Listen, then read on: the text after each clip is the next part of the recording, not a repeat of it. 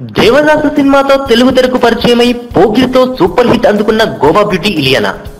ఆ తర్వాత ఎన్నో సినిమాలు చేసిన జల్సా జులాయి తప్ప మరో హిట్ లేదు. ఆ తర్వాత బాలీవుడ్ లో కొన్ని సినిమాలు చేసినా సరైన హిట్లు లేవు ఇలియానాకి. దాంతో మళ్లీ తెలుగులోకి రీ ఎంట్రీ ఇచ్చేందుకు అవకాశం దొరకక పలు ప్రయత్నాలు చేయగా వచ్చిన ఈ అమ్మడికి మెగా హీరో సరసన చిందులేసే అవకాశం వచ్చింది.